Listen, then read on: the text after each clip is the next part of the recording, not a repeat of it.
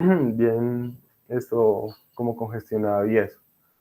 Eh, entonces, por eso no fui de manera presencial. Además, por lo que tenía el examen oral ese del otro grupo, y ese examen era 100% virtual. Pero listo. De lo que hemos venido trabajando hasta la fecha, perdón, perdónenme, dos cosas antes de arrancar. Una, les voy a dejar un formulario de aquí al domingo de 5 preguntas tipo test de lo que vamos a ver hoy. Súper breve. Para la otra semana, que es semana de receso, descansen de mí, yo descanso de ustedes, entonces no les voy a mandar absolutamente nada. Quedan totalmente libres. Y después de la semana de receso, tenemos una actividad calificable que creo que vale un 15 o un 20%. La vamos a hacer en clase. ¿Listo? Para que estén atentos de esa actividad que la vamos a hacer ese día en clase. Entonces, ojo porque es una actividad que tiene un valor porcentual importante. Profe, ¿ya tiene definido qué tipo de actividades o todavía no? No, no. Mientras ustedes descansen la otra semana, voy a terminar de consolidar las notas, que pues es bastante complejo porque son hartas notas. Eh, y determino la actividad. Lo que pasa es que la actividad va relacionada con un nuevo tema que vamos a ver. Hoy vamos a cerrar lo que hemos venido hablando hasta el momento. Y ya la otra semana vamos a empezar otro tema y ya prácticamente nos quedan como 3 clases y acabamos porque ya después de la semana de receso ya estamos acabando octubre en ese caso. Listo, doctor. Vale, ok. Entonces, hasta el momento que hemos venido trabajando, entonces hemos venido trabajando varios temas relacionados con que, no me he cansado de repetirlo, con que ustedes tengan claro de que el ejercicio de la profesión de abogado o el ejercicio del derecho no es un ejercicio repleto o lleno de conocimiento jurídico, sino que al igual que todas las demás profesiones requiere unas habilidades gerenciales o administrativas, que a veces para nosotros no tienen importancia, pero terminan casi que convirtiéndose en la mayoría de cosas que nosotros hacemos a diario en nuestro ejercicio profesional. No estoy queriendo decir que el conocimiento jurídico pase a un segundo plano, pase a un segundo, pierde importancia, sino que infortunadamente no es solamente hablar de derecho, sino son otra cualquier cantidad de actividades en las que nos debemos desenvolver. Ustedes, la gran mayoría que ya están en consultorio jurídico y es el primer acercamiento que tienen como al mundo laboral, se empiezan a dar cuenta que toda la carga administrativa es una carga administrativa bastante compleja y que al final la parte jurídica es menor. Si ustedes les asignan una carpeta en consultorio jurídico y ustedes se ponen a analizar en tiempo de dedicación, a veces le dedican más tiempo al manejo administrativo de su carpeta que propiamente al manejo jurídico. Entonces, por eso la importancia de esta materia.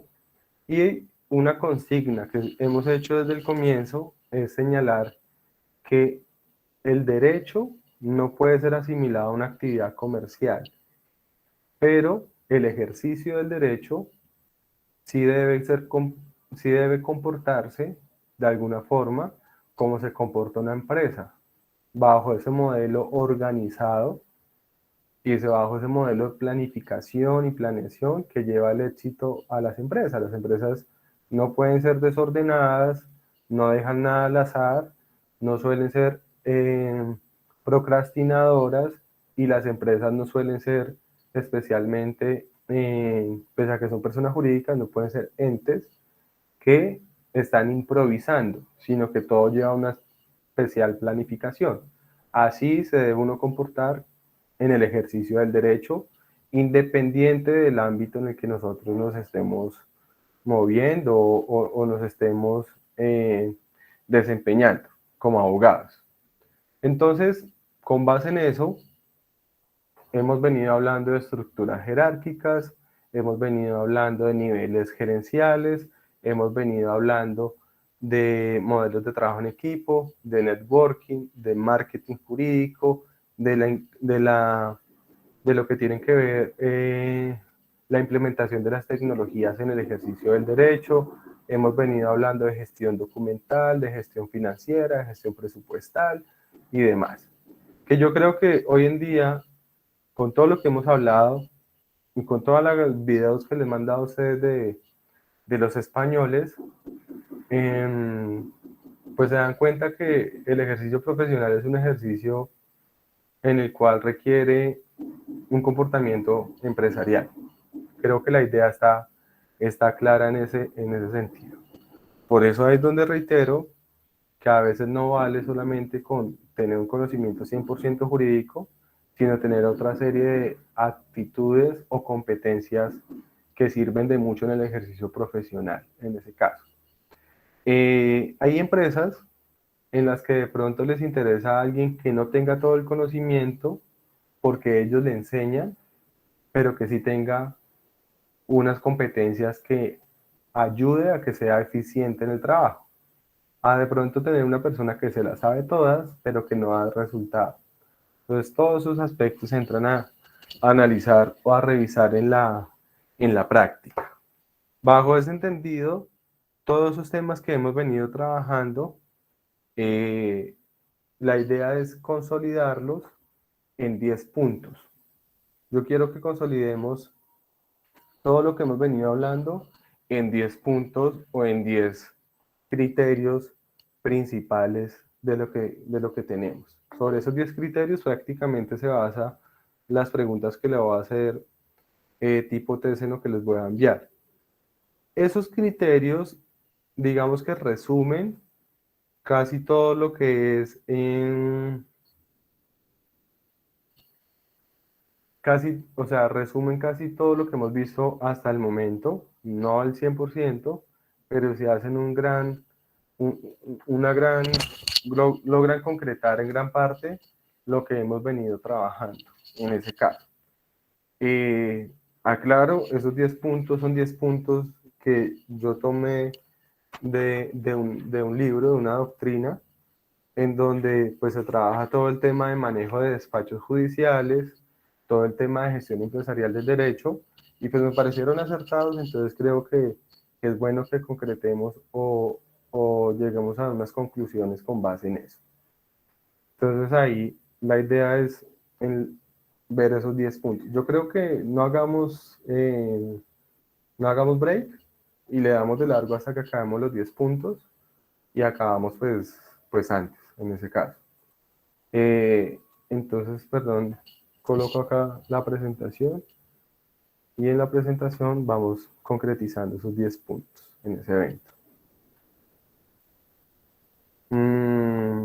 Recuerden que ustedes ya prácticamente son casi abogados y pues eso tiene una implicación clara y es que pues ya tienen que empezar a pensar un poquito más, digamos que más en concreto algunos temas de su profesión.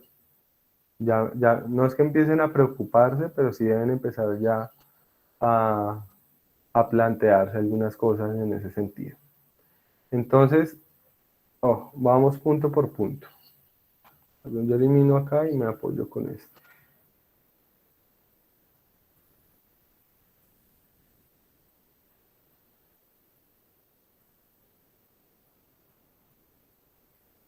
Listo. Entonces, el primer punto, ¿cuál es? Y es que el ejercicio de la profesión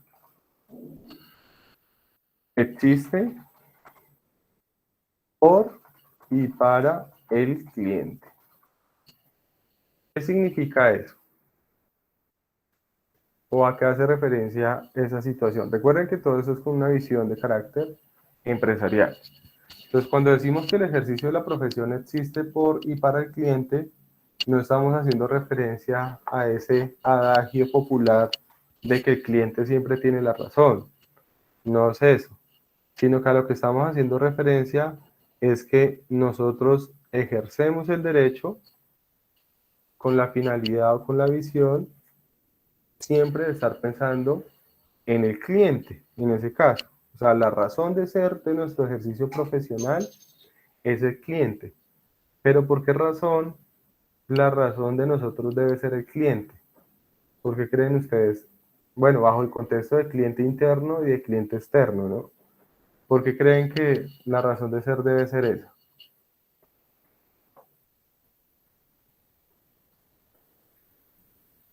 ¿Mm? Porque eso trabaja básicamente como un todo, ¿no, profe? Digámoslo en el aspecto del cliente externo, en el manejo, pues más allá de la frase cliché de la protección y de garantizarles sus derechos, de que en cierto grado pues haya un debido manejo sobre la situación o a la enfermedad jurídica que tiene nuestro cliente a nivel externo. Ya a nivel interno, digamos la manera de organización un poco con el equipo de trabajo que uno tenga y poder optimizar así mismo pues las funciones de cada uno. Y así mismo pues también optimizar el trabajo que se vaya a realizar, ¿no? Sí, sí, está bien, Robert, pero yo me alejaría un poco de eso porque, ojo, reitero, este postulado, este primer postulado, y todos los que vamos a hablar es desde una visión empresarial. Entonces, ¿yo por qué tengo que consentir tanto o existir con la finalidad de siempre estar mirando hacia el cliente? Dígame, Sergio. Pues profesor, no sé, tal vez porque eso construye la marca personal. También, pero especialmente porque el cliente, ¿qué? Dígame, Huertas. Pues complementando lo que ha dicho mis compañeros, yo creo que es más por una fidelidad. Sí, todo, sí está también bien. Eh, Redondeemos eso. ¿Por qué finalidad o qué lugar la finalidad que tiene eso? Es porque el cliente es el que me trae a mí el beneficio, ¿no? En ese sentido, desde la noción de cliente interno y cliente externo. O sea, si yo no, encajando todo lo que ustedes señalan, si yo no existo profesionalmente en torno a mi cliente, sea interno o externo, pues muy posiblemente no voy a tener mi trabajo y si tengo empresa, la empresa no va a prosperar, porque es que el cliente es el que me genera a mí el retorno. Además de que es algo que no es altruista. Yo existo por y para el cliente, pero con una finalidad, digamos que interesada. No es simplemente por altruismo o de querido, sino es con la finalidad de que el cliente retorne a mí ese tipo de situación. Entonces, ojo, tampoco lo llevemos a los extremos. Pero si yo trabajo en una empresa, especialmente, ¿quién es mi cliente interno? Pues toda la empresa. Entonces, ¿y quién es el que me da el trabajo? Pues la empresa. ¿Y quién es el que me paga el sueldo? Pues la empresa. Si yo tengo un buffet de abogados, pues ¿quiénes son los que me traen el dinero? Los clientes.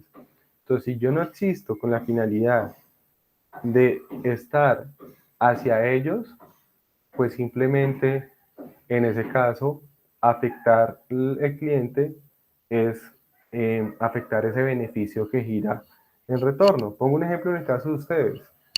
¿Cuál es mi principal cliente en este caso? Yo tengo varios clientes. Mi principal cliente es ustedes como alumnos, pero también la universidad, también la facultad. Entonces yo tengo que trabajar en torno a ese cliente, a satisfacer ese cliente, satisfacerlos a ustedes, satisfacer a la universidad y eso me genera mi estabilidad. O si no, chao y nos vemos. Entonces, es esa visión empresarial, es una visión interesada, pues porque desde el punto de vista empresarial no hay visiones altruistas, a no ser que estemos hablando de responsabilidad social empresarial y de eso, pero es una visión de retorno, siempre pensando en retorno. Entonces, sí, lo que dice Santiago está también bien, es esa finalidad. Entonces, además de que creo marca, como lo dice Sergio, también lo que decía Robert, lo que decía Huertas, la finalidad especialmente de existir por y para el cliente es porque eso es lo que me genera estabilidad, no solamente profesional, sino también estabilidad económica, en ese caso. Cuando ustedes empiecen a trabajar, lo van a ver. Y van a ver también el día en que ustedes sean jefes y tengan que de pronto despedir a alguien. ¿Y ustedes por qué despiden a alguien? Pues porque ya no satisface los intereses de la empresa, la persona o algo, o porque ya esa persona no existe o no trabaja para eso. Además de que nuestro trabajo es un trabajo que infortunadamente siempre gira en torno a la prestación de un servicio para alguien, en ese caso. Entonces, la primera pauta es esa: existir por y para el cliente desde el punto de vista empresarial, como abogados, tanto cliente interno como cliente externo. ¿Estamos claros ahí? Sí, profe. Sí, profe. Listo. Ok. Segunda pauta. Entonces yo borro este uno acá y lo voy enumerando acá. 2. El ejercicio de la profesión, ojo, se basa en una filosofía empresarial y no solo en una filosofía jurídica. ¿Listo? Ahí vuelvo y le reitero, eso es una visión empresarial lo que estoy diciendo. Si ustedes estudiáramos en otro tipo de materia, pues yo les diría que no, que eso es diferente. Si estuviéramos hablando de ética, la discusión sería diferente. Pero acuérdense que estamos hablando del ejercicio práctico de la profesión. Entonces, ese ejercicio práctico de la profesión implica que nosotros debemos realizarlo bajo una filosofía empresarial. Bajo una filosofía empresarial que implica todo lo que hemos venido hablando. Entonces, lo que les decía ahorita, cuando estábamos mirando el concurso de méritos, si usted lo mira como una filosofía jurídica, usted se pone a comer libro y ya nada más. Pero si usted lo mira como una filosofía empresarial, entonces usted dice desde ya, vea, vamos a hacer un ejercicio de planeación. Yo, Sergio Lozano Mutis, me veo trabajando en un consulado en 10 años. ¿Por qué razón? Pues porque yo pienso que me faltan 2 años para terminar, 1 año de judicatura, y pues tengo que coger una experiencia, hacer tales y tales cosas. Entonces más o menos abrieron un concurso en el 2021 para el 2023. Entonces muy posiblemente me coincide con lo que estoy pensando. Entonces, ¿qué debo hacer? Primer objetivo, lograr un idioma. Segundo objetivo, graduarme. Tercer objetivo, empezar a tener conocimientos en estos temas. Cuarto objetivo, pues si yo veo que en el concurso se profundiza sobre temas de derecho internacional y esto, pues empiezo a trabajar en esos. No me voy a desgastar estudiando cosas que no tienen que ver con eso. Todo, pum, pum. Y créame que el día que llegue el concurso, usted fácilmente lo pasa. Y eso es una filosofía empresarial, de construir todo un montaje en torno a esa situación. Manejo de entrevistas, simulacros de pruebas comportamentales, etcétera, etcétera. Todo bajo un esquema de captar un cliente. ¿Quién va a ser su cliente? El consulado. Punto. Ese va a ser su cliente. Si lo quisiéramos mirar bajo cualquier otro esquema, es exactamente igual. Entonces, el ejercicio de la profesión, reitero, se basa en una filosofía de naturaleza empresarial, en ese caso. Si entráramos a discutir eso, por ejemplo, con Juan Manuel, que les está dando filosofía, creo que él diría absolutamente que eso no es así. Él tendría una visión muy diferente, la cual es una visión muy válida. Pero recuerden que estamos hablando acá desde el ejercicio práctico, desde el ejercicio profesional, desde la gestión de ustedes como abogados en ese caso. Ahí yo creo que los tengo mamados a ustedes, cansados con el mismo tema, pero ahí vuelvo y lo repito. No basta el conocimiento técnico, sino que se necesita también todo un conocimiento no empresarial, pero sí todo un manejo o comportamiento empresarial para lograr objetivos profesionales en ese caso. Ambos son importantes, pero no basta solamente el uno, sino también el otro. Por ejemplo, en esas pruebas comportamentales, muchas personas pierden, y pierden porque pues se dan cuenta que La prueba comportamental arroja que usted de pronto es un mal trabajador, punto. Es muy buen abogado, pero es un mal trabajador, y un mal trabajador en ningún lado lo van a meter. Entonces, eso se evalúa ahí en ese aspecto. 3.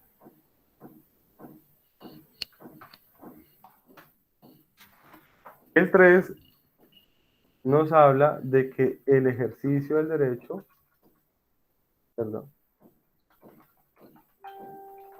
no puede ser personalista o individualista. ¿Qué creen ustedes que significa eso? ¿Mm?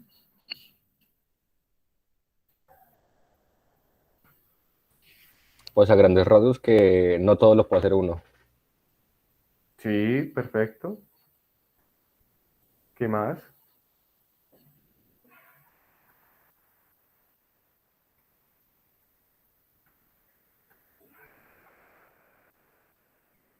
Pues, profe, yo lo entiendo más que en el ámbito empresarial, ¿no? Se debe trabajar como todo en conjunto. Sí, se debe trabajar como un conjunto. ¿Qué más?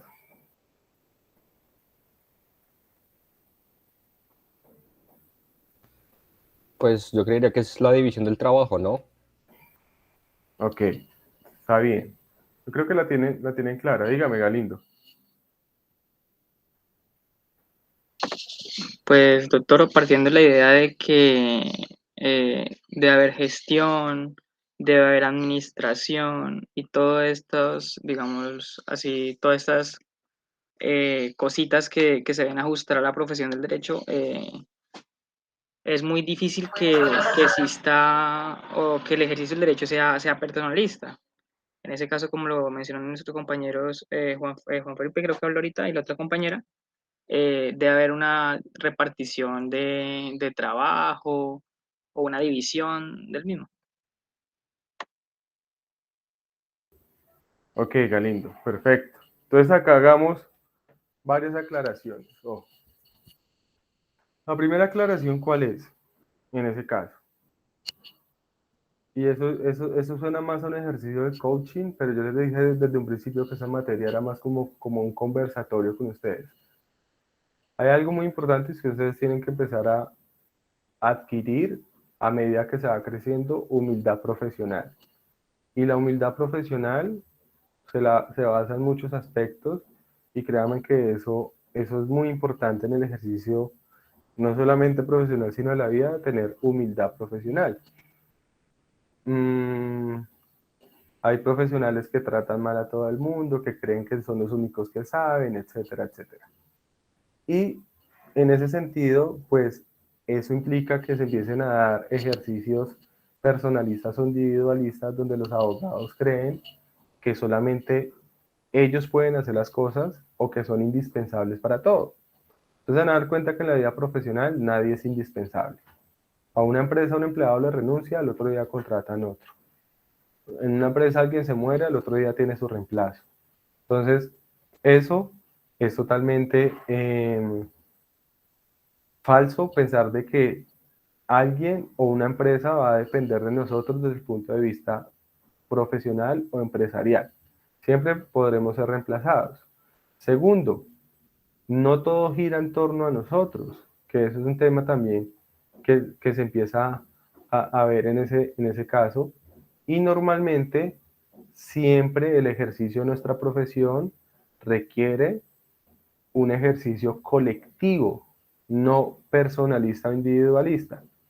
Entonces alguno dirá, no, no, a mí me cae, yo soy asocial, no me cae bien el mundo y yo voy a ser un abogado que trabaje de mí para mí nada más. Pues empezando que usted necesita clientes y usted también necesita trabajar colectivamente con su cliente. Empezando que usted necesita acudir a entes externos y de alguna forma tiene que trabajar de la mano con clientes externos.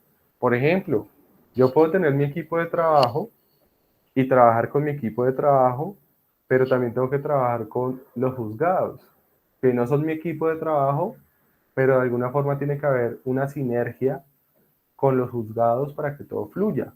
Entonces, es imposible que el ejercicio de la profesión sea un ejercicio como un ermitaño, por allá apartado y solo, sino siempre requiere la interrelación con otro tipo de personas y siempre requiere dependencia o apoyo de otras personas en ese sentido. Entonces, como implementamos una filosofía de empresa en el ejercicio de la profesión, las empresas no giran en torno a una persona, sino giran en torno a una colectividad de personas. Entonces, les voy a poner un ejemplo muy sencillo, la Facultad de Derecho. Y no lo digo mirando temas jerárquicos, pero entonces uno diría, no, pues es que usted es profesor, el otro es decano y el otro es auxiliar administrativo. Pero, por ejemplo, todos ustedes conocen a FRAS. Y FRAS genera un engranaje en la facultad que prácticamente todos dependemos de FRAS. Y jerárquicamente uno pensaría que está más abajo que los demás. Entonces yo no puedo estar metido en un cuento, en un video de que todo gira solamente en torno a mí y que yo no tengo que cooperar o girar en torno a otras cosas. Hay procedimientos que si FRAS no colabora con uno, uno se jode. O sea, y uno tiene que llegar allá como FRAS, venga, por favor, le encargo esto que me colabore con esto. Así pasa en todos lados. Entonces, en ese sentido, ese carácter personalista o individualista debe ser abolido y eso viene mucho desde una filosofía que se llama la filosofía del Ubuntu. No sé si alguno haya escuchado eso, que la aplican mucho en materia deportiva. ¿Alguno lo ha escuchado? No, profe. Ok. La filosofía del Ubuntu es una filosofía que se aplica mucho en materia de deportes. ¿Por qué razón? Porque la mayoría de deportes son deportes colectivos, ¿no? Son muy pocos los deportes individuales. Entonces, en los deportes colectivos, cuando hay muchas estrellas, como por ejemplo en el fútbol, es muy complejo manejar la brillantez de todas las estrellas. Voy a poner un ejemplo actual. Entonces, por ejemplo, ustedes van y miran el ejemplo más reciente de el Paris Saint-Germain, donde está Messi, eh, el francés, Kylian y Neymar, ¿cierto? Entonces, normalmente uno qué pensaría, si manejamos un ejercicio personalista o individualista, todo tendría que brillar en torno a una sola persona, ¿cierto? Y el día en que esa persona desaparezca, pues todo se cae como dirían por ahí la estantería. Pero si nosotros logramos un manejo colectivo, ese manejo colectivo implica que todos trabajen de manera, podríamos decir, de manera acompañada, de manera colaborativa y se genere un resultado más adecuado. Entonces, en materia deportiva se maneja mucho esa filosofía del Ubuntu. La filosofía del Ubuntu es una filosofía que realmente viene más es una filosofía africana y en ese caso esto lleva a eso, a un manejo colectivo en el que todos entran a brillar. Nadie debe brillar más que otro en esos eventos. Entonces, si ustedes lo entran a revisar y se maneja de esa forma, todo tiene que ser colaborativo. Vuelvo al ejemplo del fútbol. Usted puede tener a un delantero que sea el mejor delantero del mundo, pero si no tiene un volante de creación, estamos en modo fútbol que hay partido ahorita a las 6, ¿no? Entonces, si no tiene a un volante de creación, pues muy posiblemente ¿cómo se llama? El delantero nunca va a hacer goles en ese sentido, porque debe ser un manejo colectivo. Entonces, el ejercicio de la profesión de abogado se maneja de la misma manera. No puede ser un manejo individualista o personalista. Tiene que ser un, eh, un manejo colectivo. Entonces, una de las grandes pautas o directrices de esa filosofía del Ubuntu es prácticamente de que debe ser un modo de vida en la que si todos ganan, uno gana, pero si gana uno solo, los demás no están ganando. Entonces, y eso pasa en la vida cotidiana. Por esa razón también hay que generar colaboración empresarial en ese caso. Entonces, eso también va de la mano con ello, con lo anterior. Entonces, por ejemplo, si yo entro a trabajar en un juzgado y yo me concentro solamente en mi trabajo, pero hay un problema dentro de ese engranaje, que por ejemplo es el secretario, pues mi trabajo se obstaculiza. Entonces, yo estoy perfecto, hago todo bien, pero si el juzgado tiene una falla, esa falla nos opaca absolutamente a todos. Entonces, si todos funcionamos bien, todos ganamos en ese sentido. Es una visión netamente gerencial o empresarial que se maneja sobre todo cuando se maneja equipos de trabajo en ese caso, en ese evento. ¿Estamos claros ahí? Sí, profe. Listo. 4. El ejercicio del derecho se debe basar en planificación estratégica.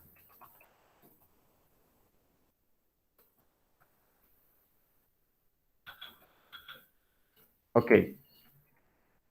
Yo sé que a uno le gusta mucho la improvisación y nosotros nos metemos en la cabeza un cuento, perdónenme la expresión que voy a utilizar, pero un cuento chimbo de que a mí me fluye toda última hora, ¿no? Entonces uno se mete en un cuento de que supuestamente cuando yo hago las cosas a la carrera a última hora me fluye y que dejar las cosas al azar fluye mejor y todo. Puede ser cierto, pero realmente cuando hay organización hay un mejor manejo. Entonces, normalmente el ejercicio de la profesión del derecho se debe basar en planificación estratégica. Lo que estamos mirando ahorita también. Entonces yo les decía, estoy proyectado porque yo quiero de aquí a mañana llegar a ser un juez de la República. Pues yo debo hacer una planificación estratégica para llegar a ello. Entonces esa planificación estratégica dice, puede que haya concurso más o menos en tal fecha, me voy a empezar a preparar, me voy a graduar, necesito conseguir experiencia, entonces nada que consigo trabajo, porque ningún trabajo me satisface económicamente, pero pues yo necesito experiencia, entonces me consigo un trabajo donde no me gane mucho, pero la experiencia me sume para el concurso, entonces prácticamente no estoy ganando tanto, pero estoy sumando el tiempo que me exige el concurso, sé que lo voy a lograr a tal fecha, voy haciendo el estudio que requiero, todo eso es planificación estratégica. Cuando ustedes hicieron, por ejemplo, los planes de marketing están llenos de planificación estratégica en ese caso. Y de ahí para adelante, pues es una pauta sumamente importante en el ejercicio de la profesión o el ejercicio del derecho. Si no logramos, si no actuamos de esa forma, no quiere decir que nos vaya a ir mal, pero posiblemente nos ayudemos a que nos vaya muchísimo, muchísimo mejor en ese caso. Perdón que suene de pronto por un martilleo y todo, pero es que están como remodelando un apartamento vecino y todo el día han estado golpee como las paredes o el piso, no sé, en ese caso. Listo. Pauta número 5. Esta me gusta bastante. El ejercicio del derecho, ojo, debe ser, perdón, el ejercicio del derecho debe buscar la eficiencia, además de la eficacia, en ese caso. ¿Qué diferencia hay entre ser eficiente y ser eficaz? ¿Mm? La eficiencia básicamente tiene que ver con el trabajo en el menor tiempo posible, ¿no, profe? Sí. Y hacerlo de la manera correcta. La eficacia tiene que ver con, pues, digamos, hacerlo bien, pero en un periodo de tiempo un poco más extenso. Pero generalmente, pues, en este mundo competitivo y todo, pues, se mide más, pues, el factor de la eficiencia, es por lo mismo, hacerlo bien en el menor tiempo posible. Sí, tal cual. Entonces, ¿qué pasa? Ambas son importantes, ¿no? Pero hoy en día las empresas a veces la atinan un poco más a la eficiencia que propiamente a la eficacia en ese caso. Debe haber una armonía o un equilibrio donde se logren las dos. Eso es lo ideal. Pero a veces empezamos a encontrar algunas cosas como las siguientes. Empleado que todos los días llega 2 horas antes del ingreso del trabajo y se va 2 horas después, ¿cierto? Entonces, su horario es de 8 a 12 y de 2 a 5. Y usted llega a las 7 de la mañana y se va a las 8 de la noche. Entonces uno en principio diría, uy, es un abogado, es un empleado que está muy comprometido, ¿cierto? Pero otro análisis más empresarial diría, ojo, es un empleado que no está siendo eficiente en ese caso. Y hay empresas que no les gusta eso e inmediatamente van saliendo de usted como empleado, porque les gusta más la gente eficiente que la gente eficaz. Listo, lo logra, muy bonito y todo, pero se demora bastante tiempo. Entonces, en ese sentido, la eficiencia, desde el punto de vista empresarial, es muy importante y desde el ejercicio del derecho también es demasiado importante. Y más aún si ustedes de aquí a mañana van a entrar a trabajar, por ejemplo, a la rama judicial, que en la rama judicial hay que ser sumamente eficiente. Entonces usted llega y saca una sentencia, mejor dicho, espectacular, pero se demora un mes sacándola, no le sirve a un juzgado. El juzgado le va a decir muchas gracias, chao.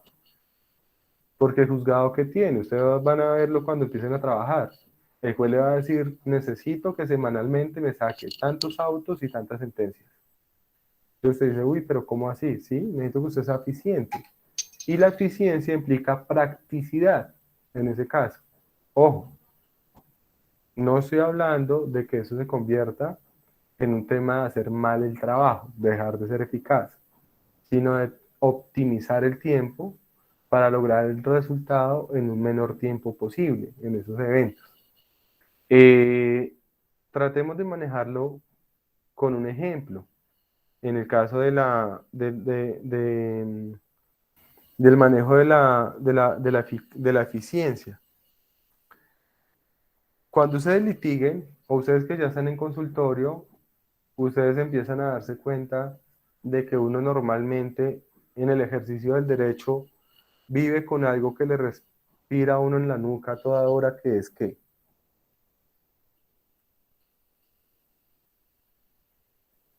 Los términos.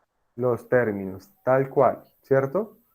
Porque los términos, como se dice por ahí, los términos precluyen, ¿no? Y es gravísimo no cumplir con el término. Entonces usted dice, a usted llega un cliente y le dice, vea, me demandaron y me acabé de notificar. Y usted inmediatamente se da cuenta que tiene tantos días para contestar. Entonces usted dice, mejor dicho, voy a hacer la contestación más espectacular del mundo. Y se va a leer toda la doctrina vida de por haber, la jurisprudencia y todo. Y no llega al término, en ese caso, ¿sí ven? En cambio, usted tiene que empezar a agilizar el tiempo, a ser mucho más práctico, mucho más eficiente.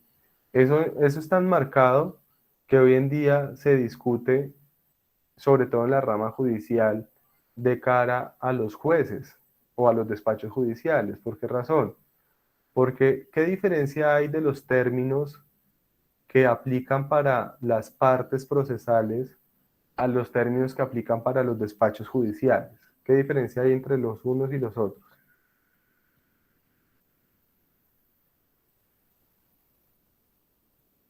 ¿Diferencia entre qué y qué, profe? Entre los términos que aplican para las partes procesales y los términos que aplican para los despachos judiciales. Pues yo supondría que, digamos, los términos para las partes van de acuerdo pues a las actuaciones, ¿no? Eso porque pues, digamos, en el caso, digamos, individual, un ejemplo, yo llevo un proceso, pero yo solo llevo ese proceso como tal y yo tengo que estar pendientes de los términos de mi proceso y de las actuaciones que yo tengo que hacer. A comparación de que el juzgado tiene que manejar los términos, no solo mi proceso, sino digamos el proceso de Huertas, el de Juan Esteban, el de Leguizamón, los que sea, más los que están atrás. Y pues claramente pues también evidenciado de que pues a ellos, como usted lo decía, profe, les piden requisitos, creo que en la fiscalía también. mi papá me contaba que ellos les piden es que mínimo más o menos como al año de 1800 procesos fallados y todo, o sea, con imputaciones, acusaciones y todo. Entonces, pues no sé, creería yo más o menos como por ese lado, no sé. Está, está bien el análisis que usted hace, Robert. Eh, pero yo voy por otro lado diferente en ese caso. Voy a ejemplificarlo para que ustedes me lleguen a la conclusión que yo quiero que lleguen. Uno, si yo tengo 10 días para contestar, perdón, voy a poner ejemplos. Términos que aplican para las partes. El término para interponer un recurso, que es el término ejecutorio, el término para contestar, el término de traslado de las excepciones, el término para objetar un dictamen pericial, todos esos términos, ¿cierto? ¿Qué términos aplican para los jueces? Entonces, para los jueces aplican, por ejemplo, el juez, una vez trabada la litis, tiene tantos días para que lleve a cabo la audiencia tal. El juez tiene tantos días para que después de la audiencia tal celebre la audiencia de instrucción y juzgamiento, etcétera. Entonces, ¿qué diferenciación encontramos? Ojo, que para mí, como litigante, me toca ser eficiente porque si se me vence el término, me jodo, ¿no? ¿Qué pasa si se pasa el término de contestar demanda y yo no contesto demanda? Pues fritos, ¿cierto? Pero ¿qué pasa si el juez, el código le dice que tiene que fijar audiencia y celebrarla dentro de los 40 días siguientes y él la celebra 5 meses después? ¿Hay algún problema para el juez?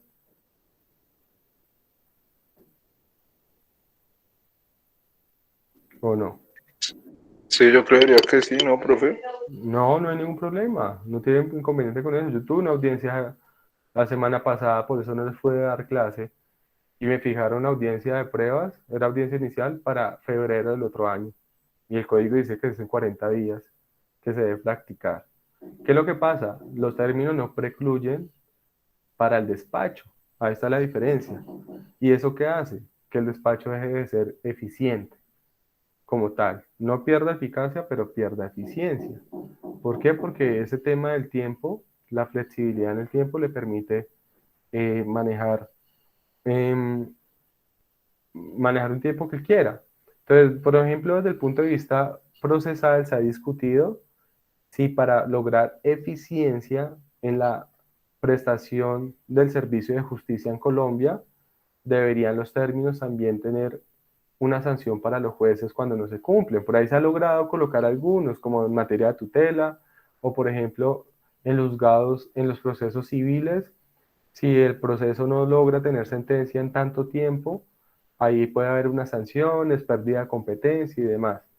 Pero normalmente no pasa nada, los jueces dicen estamos congestionados y ya.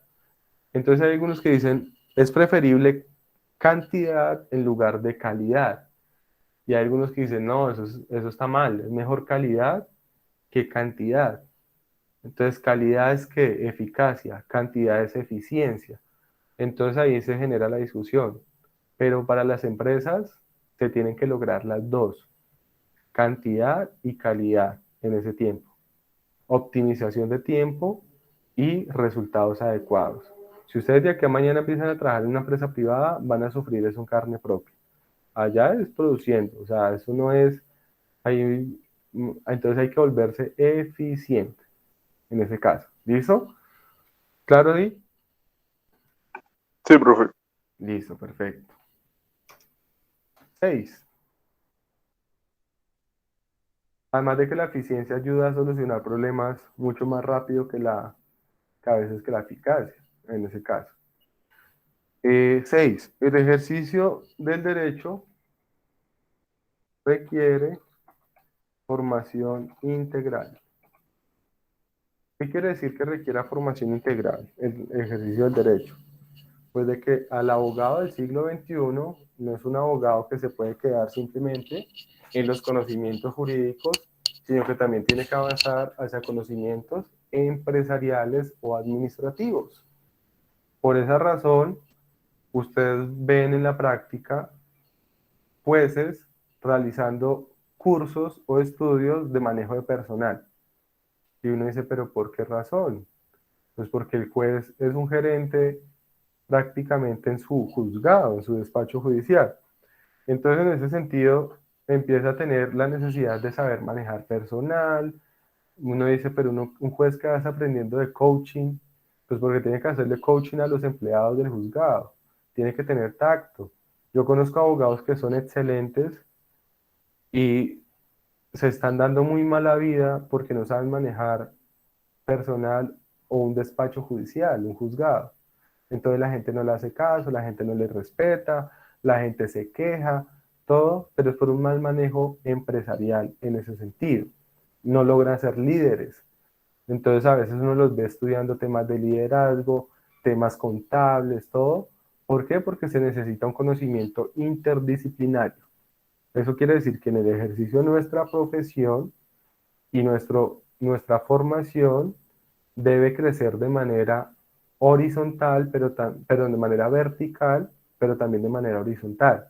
Cuando lo decimos que crezca de manera vertical, es mayor conocimiento jurídico. Entonces, me especializo, me vuelvo magíster, voy hacia un doctorado, lo que sea, pero voy creciendo. Pero de manera vertical también.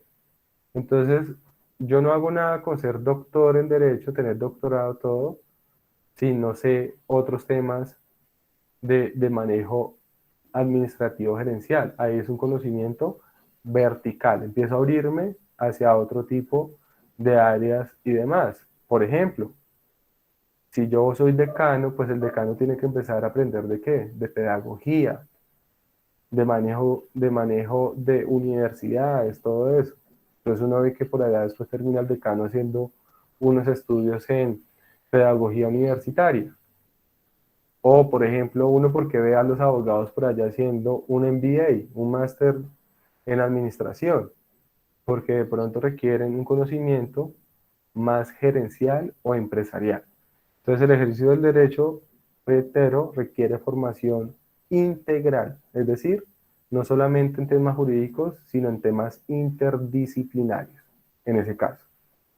Van a acordar de mí cuando estén ejerciendo la profesión y se den cuenta que, por ejemplo, los jueces lo sufrieron en carne propia hace un poco. Jueces que llegó la pandemia, entró en vigencia el decreto 806 del 2020 que incluyó la virtualidad en los procesos y de una vez los jueces que hay que cargar todo en la nube. No tenían ni idea qué es la nube, qué es un expediente digital, qué requerían o en qué les tocó empezar a aprender.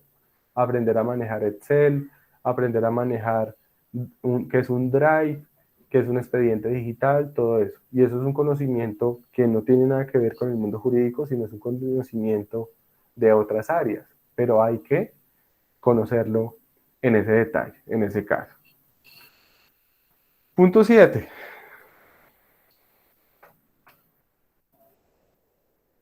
El ejercicio del derecho implica una organización, perdón,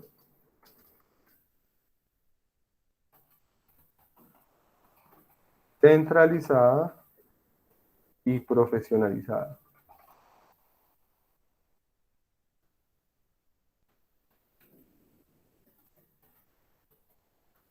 ¿Qué significa eso? Perdón, en cuanto a temas administrativos.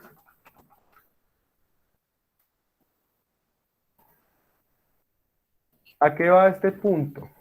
Este punto va guiado a evitar rotundamente la tramitología innecesaria en el ejercicio de la profesión o en las empresas, a evitar rotundamente la burocracia. ¿Saben qué es la burocracia? ¿O a qué nos referimos cuando decimos que algo tiene que hay mucha burocracia?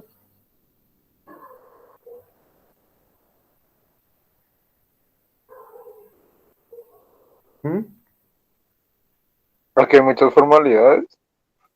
No propiamente. Que el poder de, no sé, de la organización o de la empresa o no sé, del lugar está muy sectorizado a altos mandos. No propiamente. Pues no sé, yo también tengo más o menos una definición parecida a la de Robert, ¿no? Como todo ese trámite, todas esas actividades que toca hacer para, pues todo ese tema como administrativo. Sí, va más guiado hacia eso, va más guiado hacia esos aspectos. Y es que cuando hay mucha burocracia, hay mucho trámite innecesario. Y además eso va acompañado de lo anterior. Los trámites innecesarios hace perder, ¿qué? De lo que estábamos hablando hace un momento. Hace que todo sea Pues menos rápido. Eficiente. menos eficiente en ese caso. Entonces, trámites innecesarios, trámites burocráticos, reprocesos, todo va acompañado de todo en ese sentido. Entonces, ojo, voy a colocar un ejemplo, no lo coloca mal para que no me vayan a malinterpretar. Entonces, que Caterina Beltrán, si me escucha, se pondrá molesta conmigo porque piensa que estoy criticando, pero coloco el ejemplo porque ustedes están dentro del ejemplo. Pero, por ejemplo, ustedes piensan que en consultorio jurídico puede haber mucho trámite innecesario y puede ser todo más eficiente. La verdad, sí, profe. La verdad, sí. Por eso, entonces una persona que llega con una solicitud de un caso para que le hagan un derecho de petición y eso se demore, desde que llega el usuario hasta que logran hacer el derecho de petición, ¿cuánto tiempo puede llegar a pasar, Robert? Pues a mí me pasó, digamos, con uno que me llegó ahorita de clínica, una entrevista que se hizo en agosto. Y hasta casi como en la segunda semana de septiembre fue que me llegó, segunda o tercera semana de septiembre fue que me llegó ya el caso asignado. Por ahí que casi un mes más o menos. Ok.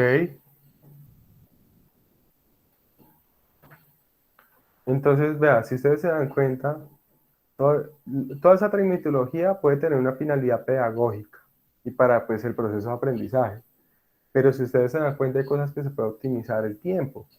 Entonces, que el monitor, que el judicante, que luego el asesor, que no sé qué. Creo que hay áreas que han tratado de optimizar el tiempo y hay ciertos procedimientos que solamente llegan hasta el monitor, hay otros que tienen que ir hasta el judicante, hay otros que tienen que llegar hasta el asesor y demás. Pero la idea es eso, que el ejercicio debe tener una organización centralizada y profesionalizada para evitar reprocesos, demoras, pérdida de eficiencia y demás, en ese caso. Entonces eso es un tema que va guiado por, por esos lados en ese evento. Cuando eso no se logra, o cuando los temas administrativos y los temas están regados en todo el mundo, pues se generan los reprocesos, en ese caso. Entonces, eso es una maquinaria, reitero, y es una maquinaria que debe ser expedita, que debe ser rápida, debe funcionar adecuadamente. Entonces, si no se logra eso, pues es muy, pero muy complejo que se llegue a dar en ese caso. Ok. El ejercicio, octavo, el ejercicio del derecho debe buscar la reinversión de los beneficios obtenidos. Más que el ejercicio del derecho es uno como abogado debe reinvertir los beneficios obtenidos. Ojo, eso es una pauta muy empresarial. ¿Cómo aplicaría a nosotros como persona natural y como profesionales del derecho? Si ustedes tienen esa visión de crecer profesionalmente, uno debe invertir en uno y debe invertir especialmente en mejorar ¿qué? ¿Qué es lo que más debe mejorar uno como profesional? Su conocimiento, ¿Y cómo mejora su conocimiento? estudiando. Posgrado. Estudiando. Entonces usted es Estudiando. usted es una empresa.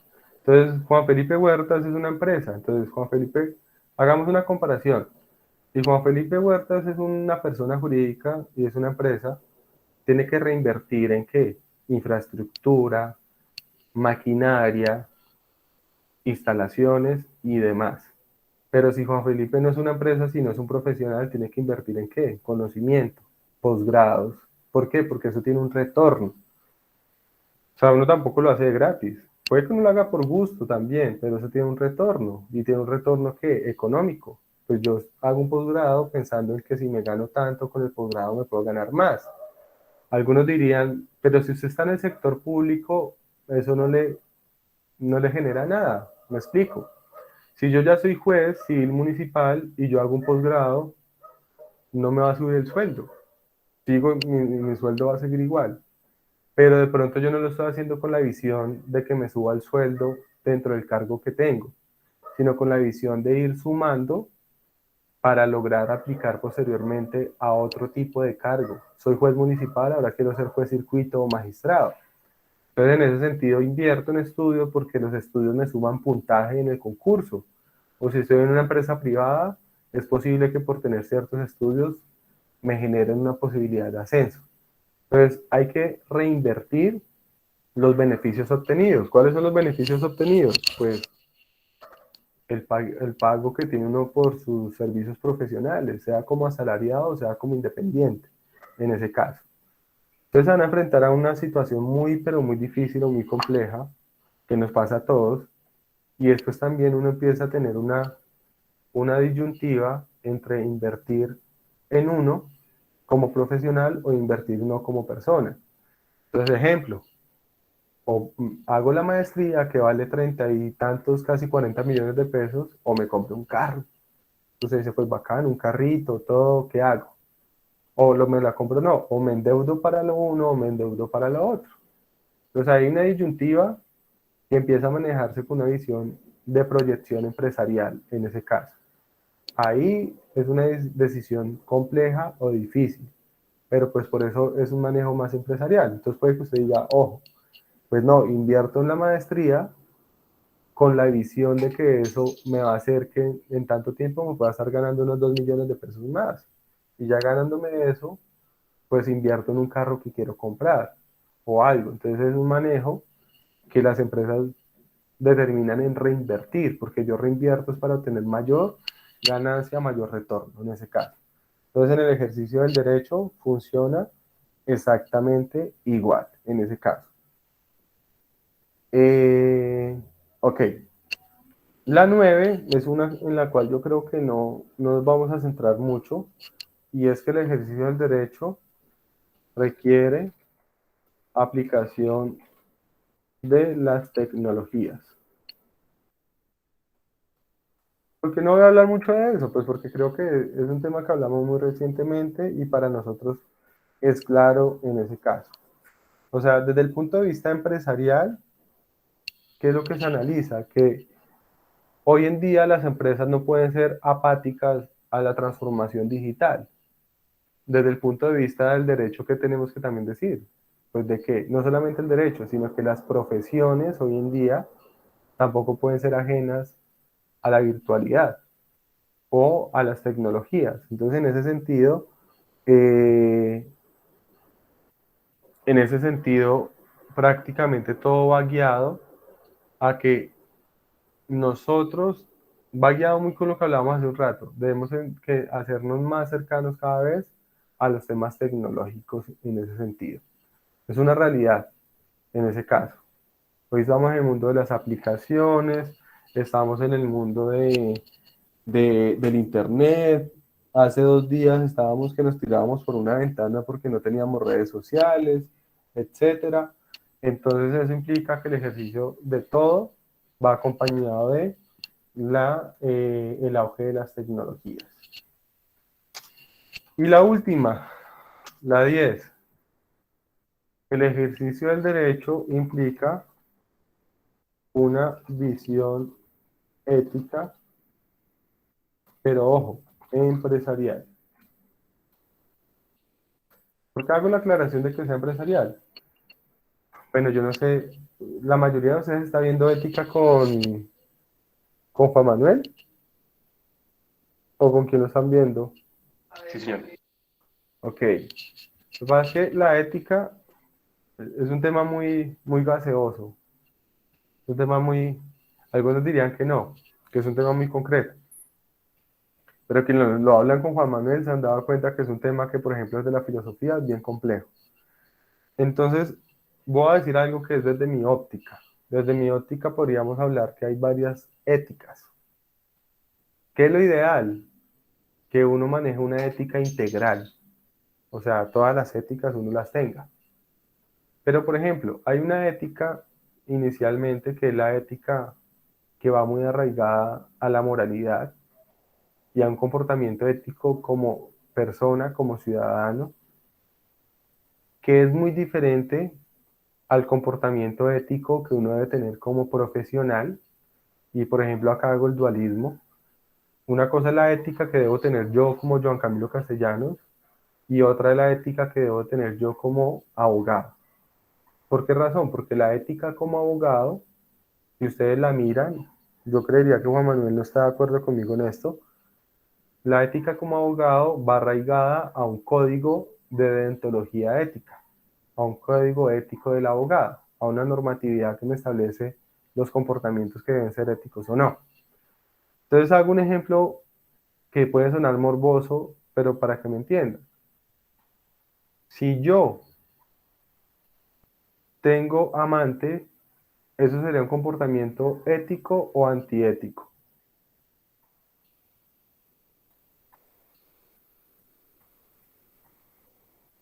Antiético. Entonces Santiago dice que sería antiético, tener amante. Pero yo soy magistrado, tengo amante, y usted va y mira el código de ética del abogado y allá no castigan que usted tenga amante. Puede ser una persona sumamente promiscua, infiel, lo que sea, pero no tiene nada que ver con la ética de la profesión. Algunos dirían, sí, sí tiene que ver. Entonces ahí se empieza a separar una órbita personal con una órbita profesional. ¿Me entienden? ¿Qué es lo ideal? Que se tengan las dos éticas, que las dos éticas confluyan. Que yo no diga, por ejemplo, eh, como en la norma no dice que es delito hacer esto, pues yo lo hago. Así sea mal visto desde la moral. Entonces se supone que deberíamos, así la norma no nos lo restrinja, no lo prohíba, deberíamos tener un comportamiento adecuado hacia eso. Eso pasa en torno a la ética, porque la ética del abogado va arraigada al código de ética del abogado. Y ese código de ética, pues hay cosas que no prevé como situaciones que son sancionables. Y lo que no es sancionable o no reprochado por la norma, pues ya entra al ámbito de lo moral. Y entonces ahí uno podría decir, pues yo no soy antiético como abogado, así sea antiético como persona. Y acá llegamos a otro tipo de ética, y es la ética empresarial, que la ética empresarial es muy diferente a la ética como abogado y a la ética como persona. Entonces, por ejemplo, en la ética empresarial se miran otro tipo de aspectos, como en las empresas, una empresa que tiene un comportamiento antiético es una empresa que hace competencia desleal, que hace por lo menos publicidad falsa, cosas así. Entonces, en ese sentido, desde el punto de vista empresarial, el ejercicio del derecho también debe tener una visión de ética empresarial, en ese caso.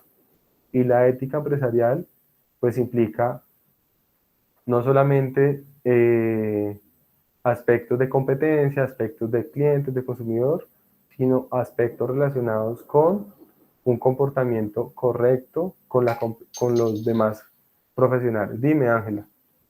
Profe, pero pues dentro de la ética empresarial también iría la ética profesional y lo que veníamos hablando de como la persona en sí, ¿no? Pues Lo que eso pasa es es que lo que hace la empresa, ¿no? son temas que se pueden cruzar y hay comportamientos que son prohibidos en las tres éticas. En las tres éticas se dan los tres. Pues digo que ese tema es muy gaseoso en ese caso. Pero hay temas que de pronto usted en la ética, o miremos los ámbitos, reitero. Una cosa es el ámbito que usted puede tener como, ya te doy la palabra, Juliana. Voy a poner un ejemplo concreto. Yo soy juez, ¿cierto? Y yo como juez Yo como juez acoso sexualmente a una empleada del juzgado. Desde el punto de vista de la ética interna, personal, es antiético. Desde el punto de vista de la ética como abogado en ejercicio de la profesión, también tiene un problema que roza con la ética. Y desde el punto de vista de comportamiento como empresa, como organización, también. Eso es acoso laboral. ¿Sí ves? ¿Me hago entender ahí? Se cruzarían los tres. Pero, ejemplo, yo soy juez. Perdónenme el ejemplo morboso. Tengo mi esposa, mis hijos, pero aparte los fines de semana soy un borracho y soy mujeriego. Entonces uno diría, eso roza con la ética interna, pero eso no roza con mi ética como abogado. O sea, yo el viernes después de las 6 de la tarde veré si me emborracho, si me voy para, no sé si eso sea antiético o no, si me voy para un burdel, pero el lunes estoy a las 8 de la mañana trabajando, ¿sí? En ese caso. Ahora, ¿será que falto a la ética? Ojo, cuando mi jefe se va temprano o no viene a trabajar en la tarde y yo no voy, aprovecho y yo me voy temprano, ahí faltaría a qué tipo de ética, a la ética empresarial, pero no es una ética que roce con el ejercicio de la profesión. ¿Me entienden los ejemplos? Entonces son situaciones que van de una y otra desde un punto de vista de otro. Por eso digo que uno debería ser integral. Cuando dicen que esa persona es integral, quiere decir que aplica la ética de todas las órbitas. Difícil, pero sería lo ideal. Sin embargo, acá a lo que me está haciendo referencia el tema que estamos hablando es propiamente la ética empresarial. ¿Qué es la ética empresarial? Pongamos nuevamente el ejemplo de, ¿de qué? De un juzgado, un buen comportamiento dentro del juzgado. Por ejemplo, no le robe las resmas de papel. Por ejemplo, no le robe tiempo a su trabajo. No robarle tiempo a su trabajo es un tema de la ética empresarial, como tal. ¿Me hago entender, Ángela? Sí, profe. Gracias. Sí. Dime, Juliana. Me estabas levantando la mano. Hola, profe, ¿cómo vas? Bien, bien, bien. Profe, qué pena que antes no me había podido conectar. Lo que pasa es que llevo 5 días con dolor de cabeza y me da migrañas, pero muy fuertes. Entonces ahorita pues no me conecté precisamente por eso, porque estaba muy maluca, estaba con mareos, estaba con náuseas y como con borracheras y eso.